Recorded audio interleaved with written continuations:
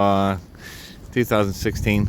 We're in the middle of our blizzard, which is actually starting to look like a blizzard. We've already seen probably close to 18 inches of snow. Wind has really kicked up. Today they're calling for another 3 to 8 inches, I guess. We've dug out pretty good.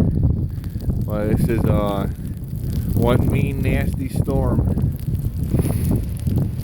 We'll be digging out of this for a while. See neighborhood. They plowed a couple times. So it's not too bad. But winds are picking up, probably pretty consistent at 30, 35 miles an hour.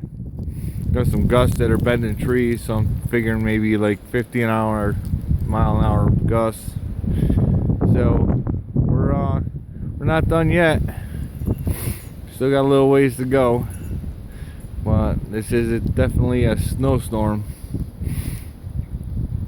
Y'all be safe out there.